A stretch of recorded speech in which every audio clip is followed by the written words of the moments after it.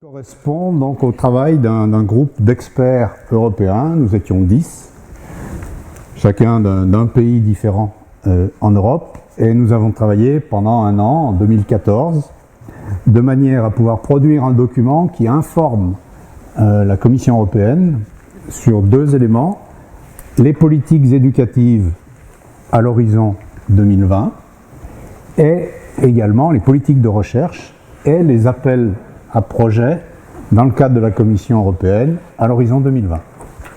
Donc on a ici un intérêt tout à fait particulier pour celles et ceux qui veulent concourir, qui veulent soumettre un projet européen, que de voir un peu par anticipation, je dis un peu parce que ça existe déjà en ce moment, les appels à projets dans le cadre de sciences avec et pour la société, Science with and for Society, sont appuyés sur ce document.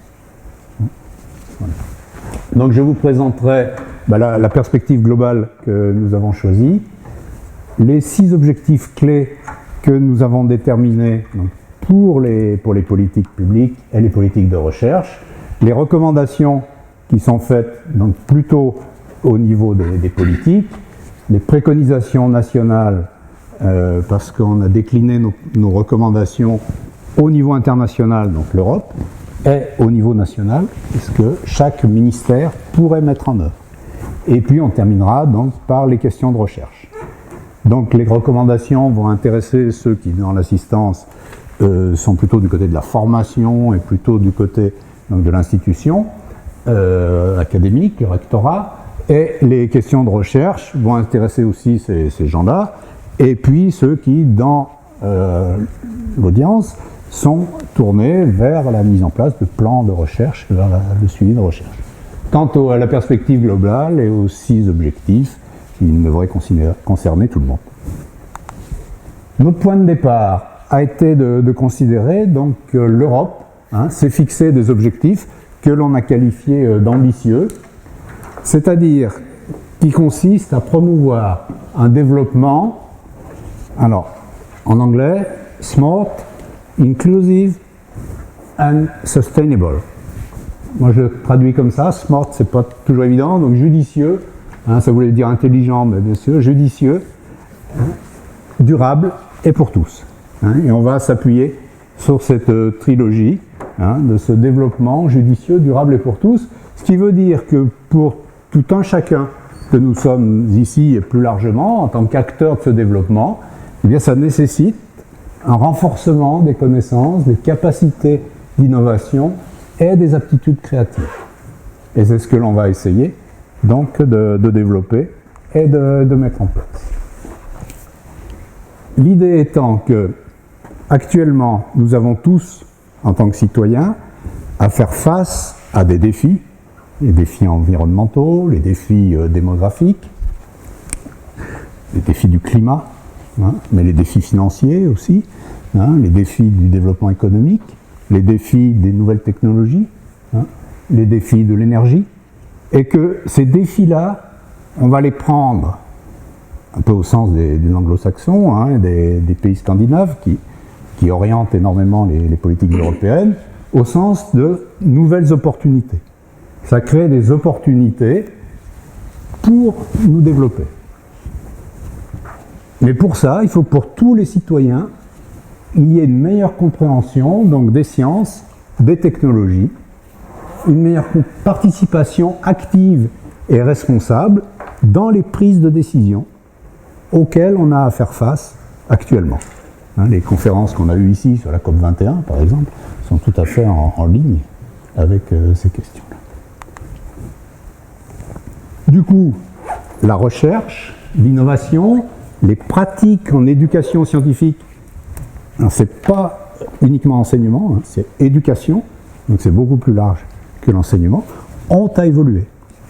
Elles ont à évoluer en devenant plus réactives, donc aux besoins et aux projets de la société, tout en reflétant les valeurs de cette société, ou au moins les valeurs souhaitées par cette société.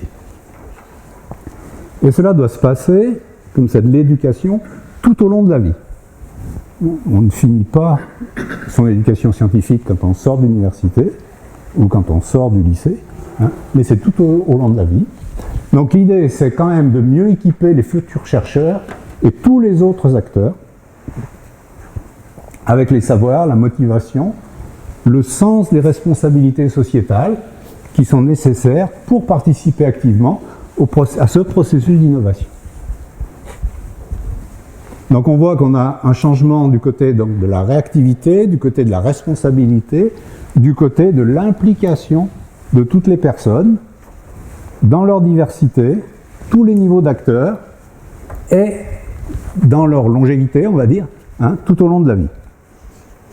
Parce que nous sommes tous concernés par ces défis qui sont bien souvent socio-techniques, hein, auxquels nous devons faire face. Donc dans ce rapport, on va identifier, comme je le disais tout à l'heure, les principales questions qui sont impliquées dans l'aide à tous les citoyens pour acquérir ces connaissances qui sont nécessaires à propos des sciences et participer activement donc, à ce projet. L'idée étant que la science soit dans, avec et pour la société. Hein, dans le langage bruxellois, on va dire, de la Commission européenne, il y a des mots d'ordre comme ça. Hein. Donc celui-ci est très important. Hein. Science in, with and for society. Hein. Donc il faut comprendre ce type de mots d'ordre qui sont pratiques parce qu'on parle tous un anglais plus ou moins approximatif, mine de rien. Hein, c'est tous une seconde langue pour nous. Donc on a des mots d'ordre comme ça, je vous en donnerai quelques-uns après. Hein. Donc celui-ci est très important. C'est pas très important uniquement dans les discours, c'est très important dans la réalité. Hein, j'étais dans la commission qui a évalué les projets européens faits par des équipes comme les nôtres sur le terrain. Et cette implication de toute la société dans le projet était un des critères de sélection très forts. Donc derrière ces mots d'ordre, il y a aussi des critères de sélection et donc de l'argent. Donc il faut tenir compte de ces choses-là quand on construit un projet. 6 objectifs clés. Alors ces objectifs clés, d'où est-ce qu'ils viennent? Ils viennent du étude de la littérature qu'on a faite durant l'année et puis qui était notre bagage à nous en tant qu'experts. Hein, chacun était expert d'un champ particulier. Hein, moi j'étais expert, enfin j'étais reconnu comme expert dans ce groupe d'experts parce que mon expertise concerne le travail collectif des personnes et surtout des enseignants. Et le partenariat des enseignants avec des institutions extérieures. Voilà, et chacun avait sa spécialité. Donc à partir de cette spécialité-là, et puis à partir de l'étude de tous les rapports européens et de tous les projets de recherche européens construits ces dernières années. Donc c'était une somme de lecture considérable, hein, pour dire que ces 6 objectifs-là, on les a extraits de données qui sont existantes, et c'est un travail donc de réflexion sur ces données qui nous a conduit à construire ces 6 objectifs. Premièrement, ce qu'il faudrait faire, c'est que l'éducation scientifique soit un composant essentiel de l'éducation. Il y a certains pays en Europe où ce n'est pas le cas. Ce n'est pas tout à fait le cas chez nous, hein. Bien que ça dépende des disciplines, après quand on arrive au lycée, ça dépend des filières. Hein. Mais il y a des endroits en Europe où ce n'est pas le cas, et on demande à ce que ce composant essentiel dure pour tout le monde, tout au long de la vie, depuis la première enfance, hein, c'est-à-dire que dès l'école maternelle, chez nous c'est le cas, mais encore une fois dans d'autres pays ça ne l'est pas, hein, on aborde l'enseignement scientifique jusqu'à un engagement citoyen actif. La citoyenneté que l'on prône dans ce rapport est une citoyenneté responsable et active, donc engagée dans la société.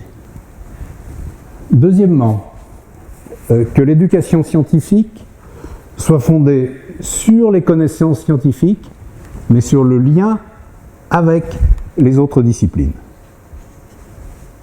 Parce qu'aujourd'hui, la science, elle ne se fait pas toute seule dans les laboratoires où on fait une petite équipe sur un point précis de la biologie, par exemple. Hein, ce n'est plus vrai du tout si ça a été vrai il y a quelques années, je ne sais pas. Hein, mais on élargit les compétences de l'équipe, et donc là c'est la même chose. Sur la qualité de l'enseignement, je détaillerai tout ça ensuite. Sur la qualité de l'enseignement, qu'il s'agit d'améliorer depuis les premières années d'études quand on souhaite être enseignant. C'est-à-dire, dans la plupart des pays européens, et peut-être que chez nous il faudra en tenir compte, dès la licence. Dès la licence, l'entrée dans le métier et la formation continue. Il s'agit d'augmenter la qualité et la profondeur des apprentissages scolaires en ce qui concerne les sciences. Et dans tous les pays, hein, on a beaucoup de difficultés au niveau de l'école primaire, hein, où les enseignants sont généralistes, pas forcément spécialistes donc de sciences, ils n'ont pas forcément un parcours scientifique auparavant, et certaines disciplines scientifiques peuvent leur poser problème au niveau de l'enseignement. L'importance de la collaboration entre les lieux d'éducation, donc formels, dans le système scolaire, et puis ce qu'il y a autour. Les associations, les parents, hein, qui est plus de coopération, mais aussi avec les entreprises et la société civile, c'est-à-dire les associations. Un centre culturel, par exemple, hein, fait partie de cette société civile-là. Il faut améliorer donc la mise en œuvre des études en visant l'employabilité et la compétitivité. Hein, l'employabilité, y compris dans le milieu de l'enseignement, pour faire le lien avec le précédent, mais dans tous les secteurs. Une plus grande attention à ce principe de responsabilité dans la recherche et l'innovation. Donc ça, c'est le deuxième motto du langage européen, hein, le principe RRI, responsabilité et recherche dans l'innovation, donc que je développerai tout à l'heure, mais qui fait que les scientifiques ne vont pas travailler pour eux tout seuls, les scientifiques vont travailler pour la société en général, et donc, dans leurs projets de recherche, doivent prévoir d'impliquer la société. Alors ça, c'est pas dû à notre rapport, hein, c'est le cadre général du fonctionnement des projets européens actuellement. Et tout projet qui n'a pas prévu cette implication d'autres acteurs est un projet qui n'a pratiquement aucune chance d'être retenu. Et puis, sixième dimension, connexion des stratégies d'innovation et d'éducation scientifique au niveau local, régional, national, européen, international, de manière à ne pas rester enfermé dans son petit secteur.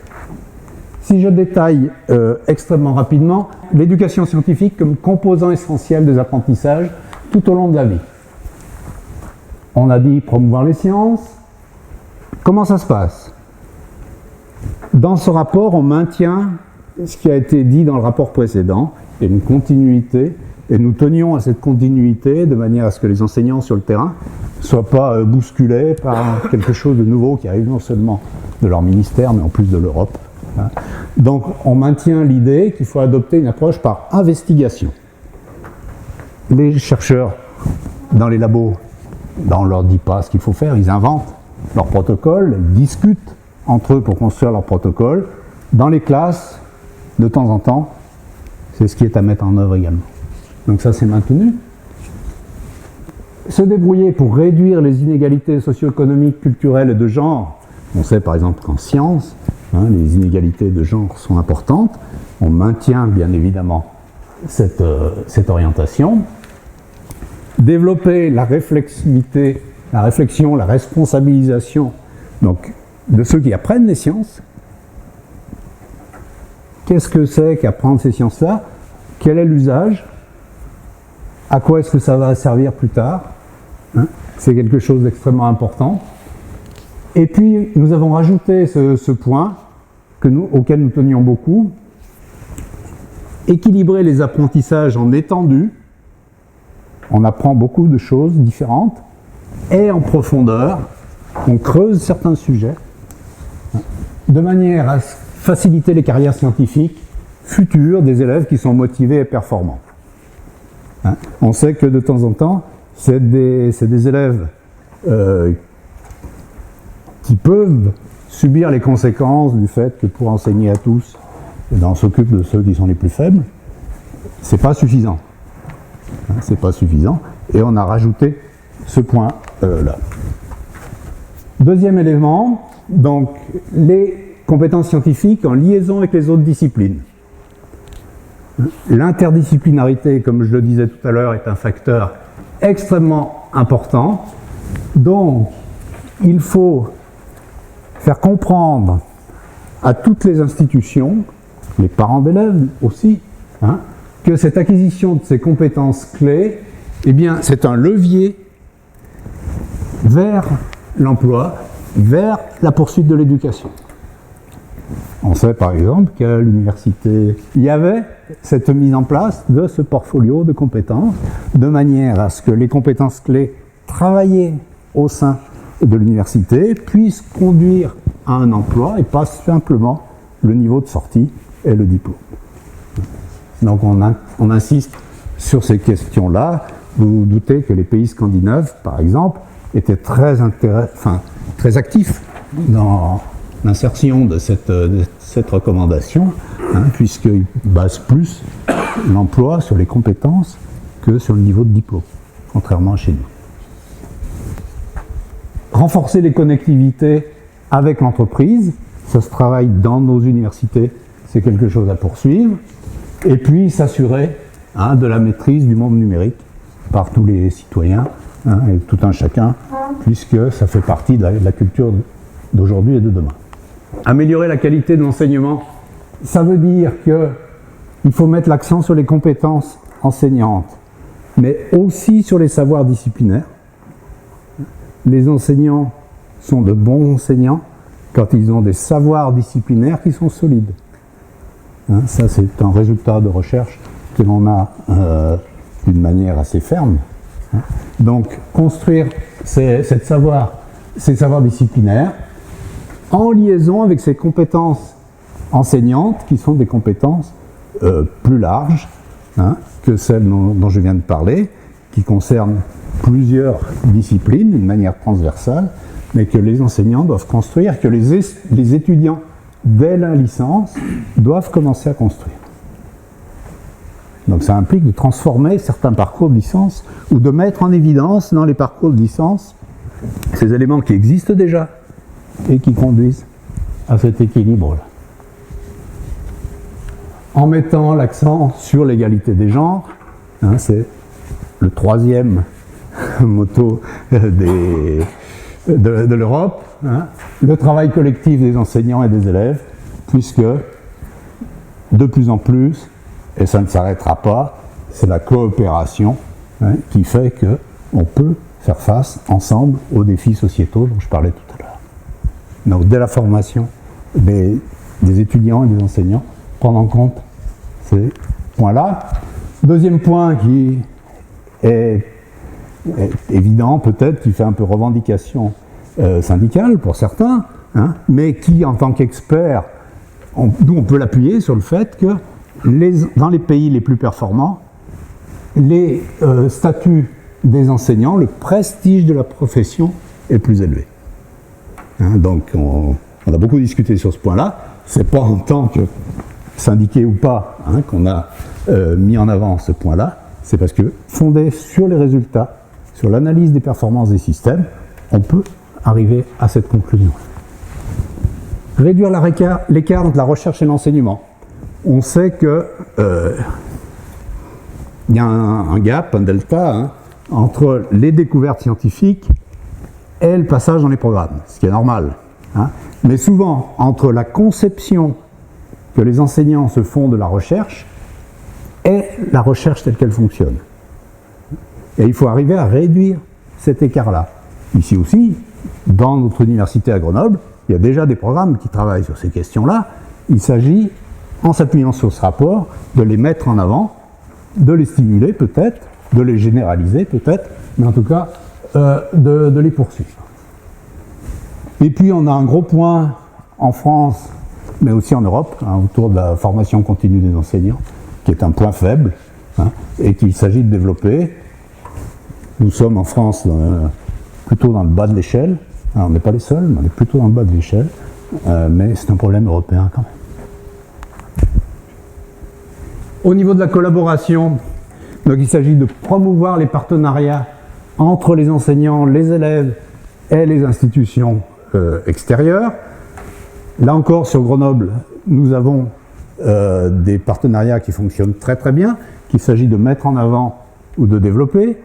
On a les lieux d'éducation associés de l'IFE, il y a quelqu'un de l'IFE dans l'assistance, hein, et nous-mêmes, notre recherche donc, est fondée sur les données issues de ce lieu d'éducation associé, c'est-à-dire qu'on met des enseignants de terrain, des institutionnels du rectorat, des formateurs de l'ESP, des chercheurs des laboratoires, ensemble, pour surmonter un réel problème professionnel qui se pose sur le terrain, et les résultats de la recherche devront servir aux acteurs qui sont impliqués dès le début sur cette recherche. Hein. Donc ça, on tient à le poursuivre. Vous vous doutez que c'est un des points que j'ai mis en avant. Demain, je serai assistant, c'est tout, je vais être dans le public, hein, mais pour voir les résultats d'une coopération entre le monde des sciences, le monde des arts et l'éducation. Ça se passe à l'Hexagone demain après-midi. Hein, donc c'est pas de l'utopie, c'est des choses qui existent. Donc pour ça, il nous faut des référentiels, il nous faut des réseaux, hein, et il faut arriver à construire ces réseaux qui partagent les résultats de la recherche avec les enseignants. Le Carnot Éducation, qui est en train de se mettre en place sur la région Auvergne-Rhône-Alpes, en est un exemple également. Hein.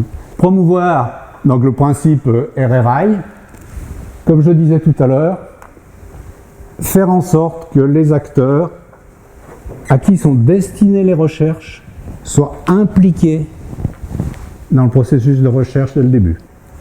Faire en sorte que les résultats de la recherche soient compréhensibles par tout un chacun, au moins une partie de ces résultats. Hein, c'est-à-dire que dans le principe de la recherche, on se dise comment est-ce qu'on va populariser tout ça. Donc travailler plus en lien avec les médias, par exemple. Développer les écoles de journalisme scientifique, parce que c'est quelque chose qui ne fonctionne pas très très bien.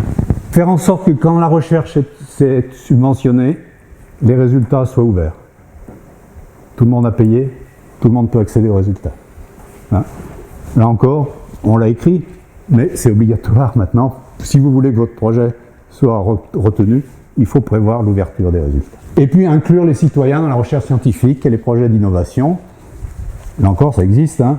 Les projets qui demandent aux citoyens de repérer les papillons dans leur jardin, de les décrire, etc. Hein. C'est ce genre de choses qui est à développer. Connecter, enfin, les stratégies d'innovation et d'éducation au local et à l'international. Au local, donc, c'est les réseaux dont on parlait tout à l'heure, hein, comme les lieux d'éducation associés, mais c'est des réseaux aussi qui peuvent travailler avec des entreprises, parce qu'encore une fois, l'enseignement, c'est pour apprendre, mais c'est aussi pour pouvoir travailler ensuite. Hein. Donc, notamment avec les PME, notamment avec l'économie solidaire, aussi sociale et solidaire, et puis arriver à travailler à l'international. Une de mes doctorantes, par exemple, est en train d'appliquer ces principes-là, que l'on a pris dans un Léa à Fontaine, dont je vous parlais tout à l'heure. Elle est en train d'essayer d'appliquer ça au Cameroun. Et les enseignants du Cameroun sont tout à fait intéressés. Ils ont 50 élèves par classe. Ils n'ont qu'un tableau noir et une craie blanche. Terminé. Mais n'empêche qu'ils se disent que si on fait un cours magistral, eh bien on habitue les élèves à obéir à celui qui est devant et à ne pas réfléchir par eux-mêmes.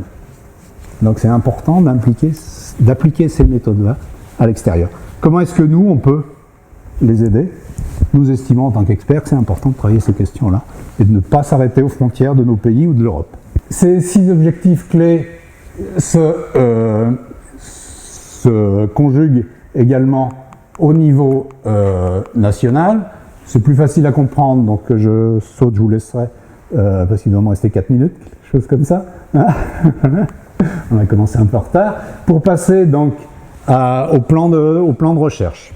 Sur le plan de recherche, on a essayé pour chacun des objectifs de classer tout ce que l'on trouvait important en 3 catégories. Première colonne, donc on s'est basé sur l'objectif Smart, Inclusive and Sustainable. Donc, quelque chose d'inventif. On est surtout sur les connaissances. Deuxième colonne, il faut que ce soit pour tous. Et troisième colonne, il faut que ce soit durable. Donc, on va demander, pour que les connaissances soient vraiment à la fois en surface, en étendue et en profondeur, qu'on étudie la question des apprentissages autorégulés. C'est-à-dire, comment est-ce que les élèves peuvent se débrouiller tout seuls sans la place du professeur, sans le guidage serré du professeur. La combinaison entre démarche d'investigation et enseignement explicite, la place de l'évaluation formative, sachant encore une fois que c'est sur cette partie-là, sur ces pages-là, que l'Europe, enfin les administratifs de la Commission européenne, se basent pour construire les appels à projets d'aujourd'hui et de demain jusqu'à l'horizon 2020. Donc nous avons décliné toutes ces questions-là. Alors on va retrouver l'usage effectif des outils numériques. Bien évidemment, on va les retrouver plus souvent. J'en ai pas parlé spécifiquement parce que c'est la base, forcément, on le met dedans, ça fait partie de notre monde. Donc les recherches autour de l'usage efficient, éthique des TIS pour soutenir l'amélioration de la qualité des enseignements. En ce qui concerne la qualité de la formation, comment est-ce qu'on peut améliorer la préparation des enseignants en connectant plus efficacement cette préparation en licence avec les pratiques de classe, par exemple, et au niveau de durabilité, comment développer des méthodes d'évaluation des effets de ces projets, parce que ce qu'on a repéré, c'est que les projets évalués par l'Europe sont souvent des projets ponctuels, c'est 3 ans, mais sur les 3 ans, il n'y a qu'1 an d'expérimentation, on ne sait pas ce qui se passe après. Et c'est tout à fait gênant. On continue sur la coopération institutionnelle, avec un élément qui est important. On manque tout à fait de recherche sur la formation initiale et la formation continue des formateurs enseignants, des responsables d'établissement, des inspecteurs, des conseillers pédagogiques. C'est un grand vide. Dans la première réunion, les collègues disaient oui, il faut insister, les enseignants, il faut améliorer l'enseignement, etc. Et mon point de vue était de dire, bien sûr, on peut tout vouloir pour améliorer l'enseignement, mais il faut améliorer le contexte institutionnel autour des enseignants. Et qu'est-ce qu'on sait de la formation de ceux qui sont dans le contexte institutionnel? On n'en sait rien du tout. Même chose pour les principes de responsabilité et d'innovation, et là on va chercher du côté des scientifiques, et puis enfin passer donc à l'international, comme je l'ai expliqué tout à l'heure. Je vous laisse prendre connaissance de tous ces documents donc, sur mon site, dont l'adresse est ici, et je vous remercie. On a quelques minutes pour pouvoir discuter, si vous voulez bien.